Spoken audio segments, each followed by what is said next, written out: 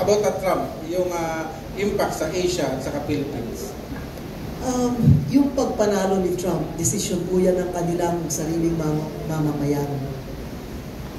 Ganon ang pakiramdam ng mamamayan nila na kailangan nila ng Pangulo na katulad ni Trump. Wala po tayong say doon.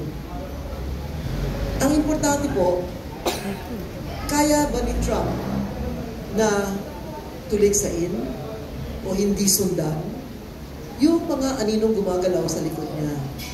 Dahil kahit sino pong manalong presidente ng Amerika, wala naman sa sarili lang niya yung desisyon.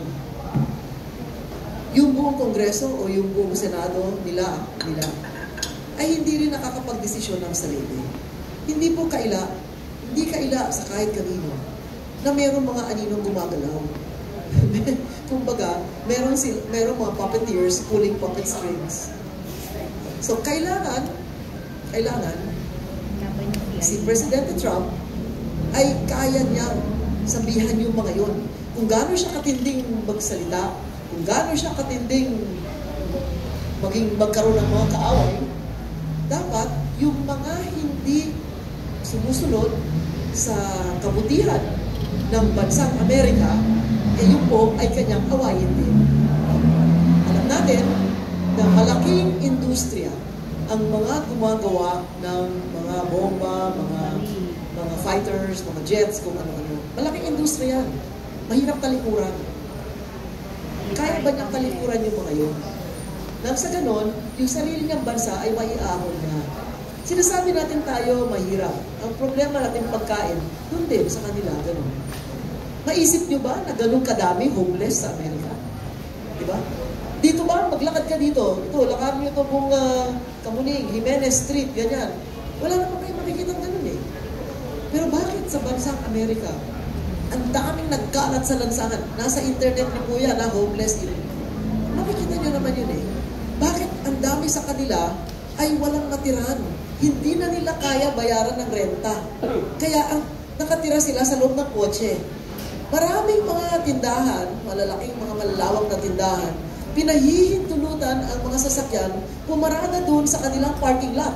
Dahil sa Amerika, wala namang masyadong basement parking, yung mga mall nila. Ang lawak ng lupang bakante, di ba? Yung parking lot nila, kung minsan kilo-kilometro eh. So, bakit doon sila natutulog? Bakit doon na lang sila sa loob ng sarili nilang kotse nakatira?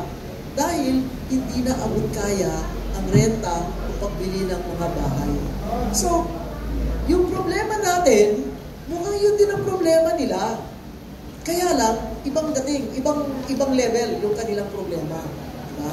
So, ito pong pagpanalo ni Trump, yan po ay nagiging sagisag ng mga pangangailangan ng mga Amerikano na hindi nila masabi.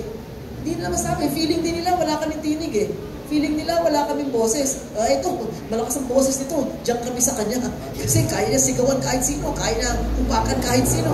So, ngayon, kaya ba niya ngayon talikuran yung pong mga umasa sa kanya? Kasi desisyon nila yun eh.